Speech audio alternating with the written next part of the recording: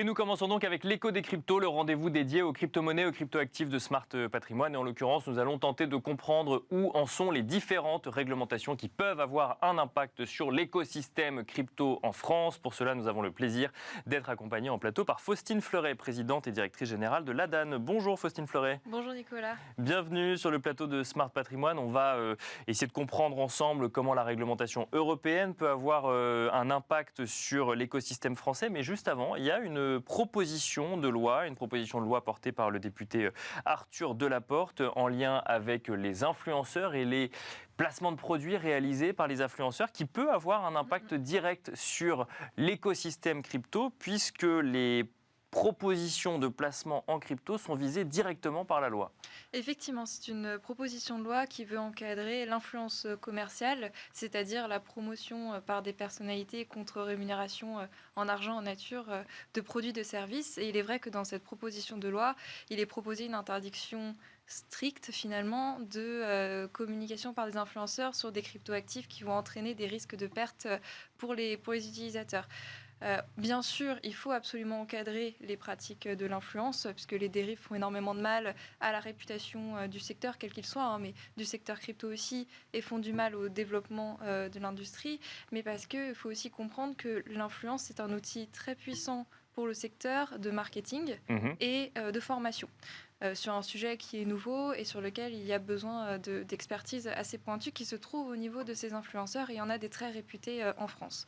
Donc on a plutôt besoin d'avoir l'influence comme un outil de protection de l'utilisateur et d'information. D'accord. Et donc l'interdire serait en fait contre-productif. C'est vrai on trouverait beaucoup plus pragmatique un encadrement, donc que les influenceurs, l'influence sur les cryptos respectent des conditions, le b.a.-ba, présenter clairement qu'il y a des risques, ne pas promettre des rendements garantis et systématiques, expliquer que ce n'est pas pour les mineurs, etc., plutôt qu'une interdiction.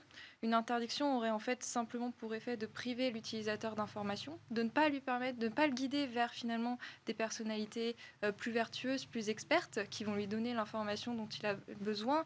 Il va plutôt laisser la personne sur les réseaux sociaux qui cherche à se renseigner trouver de l'information auprès de quelqu'un finalement qui serait un Parce que arnaqueur, voilà. le sujet de la loi, c'est la mise en avant de solutions crypto, pas la prise de parole sur les cryptos. Donc finalement, les influenceurs pourraient quand même toujours continuer à s'exprimer sans forcément faire l'apologie de solutions d'investissement. Et le sujet, effectivement, là aujourd'hui, il est plus global. Il est au-delà des cryptos. C'est de pas suffisamment vérifier ce qu'on met en avant quand on est influenceur. Tout à fait. La proposition de loi, elle vise d'encadrer l'influence commerciale en général.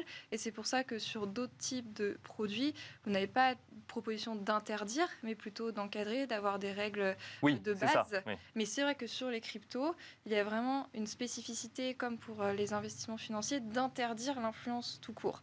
Alors qu'on voit que sur d'autres typologies de produits, il y a plutôt un encadrement avec des conditions à respecter, ce qui semble tout à fait pragmatique et qui permettrait de faire le tri entre des influenceurs qui respecteraient ces réglementations et vers lesquels il faudrait que les gens se tournent contre d'autres influenceurs qui du coup ne seraient pas bien encadrés et vers lesquels il ne faudrait pas se tourner. Oui, ce que vous dites, c'est que vous voulez finalement que les cryptos soient traités comme le reste des produits financiers qui peuvent être proposés par des influenceurs. Et on a besoin, grâce à eux, effectivement, que si on n'interdit pas, de permettre en fait la promotion d'acteurs aussi qui sont régulés, qui sont encadrés et qui peuvent bénéficier par cette audience d'un meilleur rayonnement, sachant que c'est vers eux qu'il faut absolument que les investisseurs se tournent.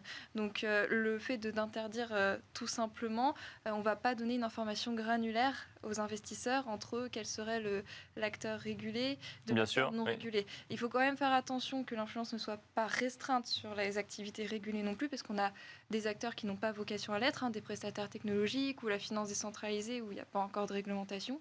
Mais c'est vrai que c'est un outil pour les acteurs régulés d'être mis en avant. Et pour la protection de l'investisseur, c'est quand même intéressant qu'on les promeuve.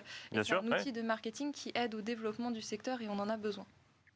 Ça, c'est pour le sujet français. Il y a également d'autres réglementations qui peuvent avoir un impact sur le secteur crypto au niveau européen. Alors, il y a notamment, là, pour le coup, une volonté d'aller tester des nouvelles choses avec l'entrée en application prochaine, donc le 23 mars, du régime pilote. Est-ce que vous pouvez nous expliquer ce que c'est que ce régime pilote qui va permettre finalement à des acteurs crypto de réaliser des expérimentations finalement sur la blockchain, sur des opérations de marché. Mais alors tout ça va être très encadré, mais finalement c'est un régime pilote qui va permettre de sortir de la loi pour aller tester justement des nouvelles choses.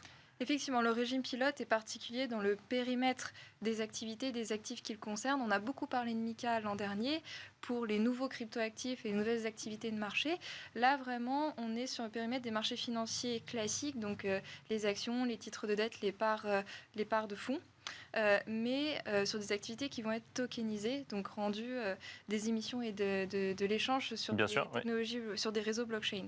Donc c'est un périmètre totalement différent où effectivement il existe déjà une réglementation financière, donc principalement les règlements MIF2 et CSDR, où ce qui a pu être observé, c'est que la réglementation n'a pas été pensée alors que l'innovation technologique blockchain existait, et donc il y a des freins finalement dans cette À réglementation. l'utilisation de cette technologie dans la réglementation actuelle. Exactement. Et principalement le développement de plateformes de marché secondaires sur ces instruments financiers tokenisés qu'on appelle les security tokens. Donc le but du régime pilote, c'est de créer une zone d'expérimentation assez encadrée dans les conditions d'accès, dans les seuils en dessous desquels on est obligé de rester pour faire ces expérimentations.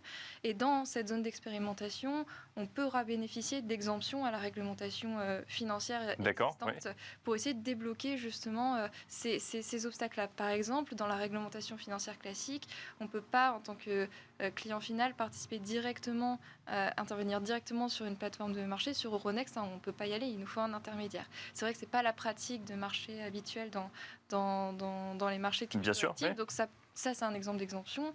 Ou même le règlement des transactions financières. Aujourd'hui, il faut le faire en euros, mais c'est vrai que d'une façon très efficiente, si on pense aux technologies blockchain, il nous faudrait un actif de règlement tokenisé, donc un euro numérique ou un stablecoin euro, pour que ce soit vraiment intéressant. Donc c'est faire bénéficier les porteurs de projets de ces exemptions pendant à minima 3 ans, c'est-à-dire qu'à partir du 23 mars 2023 jusqu'au 23 mars 2026, il y a ces 3 ans d'expérimentation. Et ça peut être renouvelé d'ailleurs. Une fois pendant 3 ans, ça peut être abrogé au bout de 3 ans, ce qui, en termes de calendrier, ça rend très très peu visible. C'est dommage, c'est quelque chose sur lequel les institutions européennes sont revenues.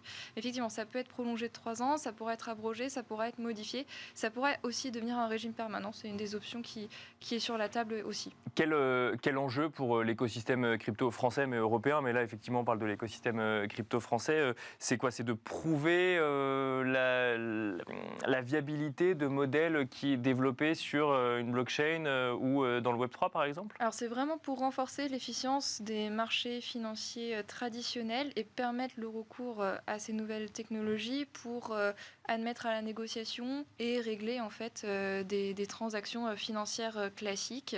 Là où aujourd'hui la réglementation ne permet pas de le faire, parce qu'elle n'a pas été pensée avec ça. C'est vrai qu'il y a des problématiques parce que ça va être assez compliqué finalement pour des nouveaux entrants, parce qu'on est quand même sur les standards de marché. Bien sûr, oui. Il y a des exemptions, mais il faut quand même respecter la réglementation financière pour pouvoir y accéder, outre ces exemptions. Donc c'est quand même une sacrée marche à franchir pour les parce que acteurs. Tout le monde ne va pas pouvoir essayer. C'est pas parce qu'il y a un régime pilote que tout le monde va pouvoir essayer. Il va y avoir des sélections presque d'acteurs et de projets, des sélections qui vont être réalisées notamment par l'AMF, la CPR, mais aussi l'ESMA, qui, si je parle des acteurs français, qui vont ensuite pouvoir rentrer dans cette phase d'expérimentation. Tout à fait. Il faudra être autorisé. Si on fait l'admission à la négociation de titres d'instruments financiers, il faudra quand même respecter la réglementation MIF2, outre les conditions sur lesquelles il y a des exemptions, mais ce qui fait quand même une bonne partie d'exigence. Bien sûr, bien sûr. Donc c'est principalement pour les nouveaux entrants que ça va être compliqué, mais par contre le régime pilote, c'est plutôt une porte d'entrée pour des institutions financières classiques d'expérimenter les technologies blockchain, les cryptoactifs, sur des activités sur lesquelles ils sont beaucoup plus familiers, où c'est peut-être plus rassurant, avant éventuellement d'explorer les cryptoactifs comme les nouveaux instruments que l'on connaît et qui sont réglementés par ailleurs. Mais ça va être à la fois un outil pour les acteurs établis qui sont peut-être encore un peu réticents pour expérimenter, et pour les nouveaux entrants qui sont peut-être plus flexibles, plus agiles, pour peu qu'ils arrivent effectivement à respecter la réglementation, de pouvoir s'insérer dans le paysage financier traditionnel. On a une idée aujourd'hui du nombre d'acteurs français qui pourraient être intéressés par justement aller mener des expérimentations. On a déjà des candidats déclarés ou il faudra attendre le 23 mars pour le savoir? Alors, parmi les membres de l'association, effectivement, on sait, mais plutôt Officieusement. en interne, voilà. D'accord. Ouais. Parce que c'est un sujet qu'on suit depuis le début. Donc il y a effectivement des candidats très intéressés. Il y a cependant quelques questions qui restent en suspens pour que certains puissent concrétiser cette ambition et déposer effectivement un dossier. Par exemple, aujourd'hui, ce ne sera pas accessible pour les SAS. D'accord, ouais. Donc ça pose un certain nombre de problèmes pour des acteurs qui le sont aujourd'hui dans leur forme juridique. L'autre élément qui va poser problème aujourd'hui, c'est que je vous parlais de l'actif de règlement qui permettrait d'exécuter les transactions intégralement sur la blockchain, parce qu'on va un euro technisé, sauf que dans la pratique, on n'a pas d'euro numérique de la Banque centrale aujourd'hui. Donc au 23 mars, ce ne sera pas un outil utilisable. Et on n'a pas de stablecoin euro non plus autorisé sous MiCA, simplement parce que MiCA n'est pas en application. Bien sûr. C'est la prochaine réglementation des marchés cryptoactifs. Qui devrait quand même normalement entrer en vigueur dans quelques semaines, quelques mois, qui sait, on ne sait pas exactement. Mais... On attend une entrée en vigueur ce semestre-là, ça a pris un peu de retard, mais l'entrée en vigueur, c'est une chose, l'entrée en application, bien sûr, quand même un certain délai. Alors, ce qui veut dire que pour certaines exemptions, dont celle-ci qui est extrêmement intéressante, ça va prendre un peu plus de temps, sachant qu'on vient de le dire, le régime pilote, c'est peut-être seulement 3 ans d'expérimentation, donc c'est relativement dommage de prendre du retard de ce point de vue-là. Merci beaucoup Faustine Fleuret d'être venue sur le plateau de Smart Patrimoine. Je rappelle que vous êtes présidente et directrice générale de l'ADAN. Merci beaucoup. Merci. Merci à vous également de nous avoir suivis. On se retrouve tout de suite dans Enjeux Patrimoine.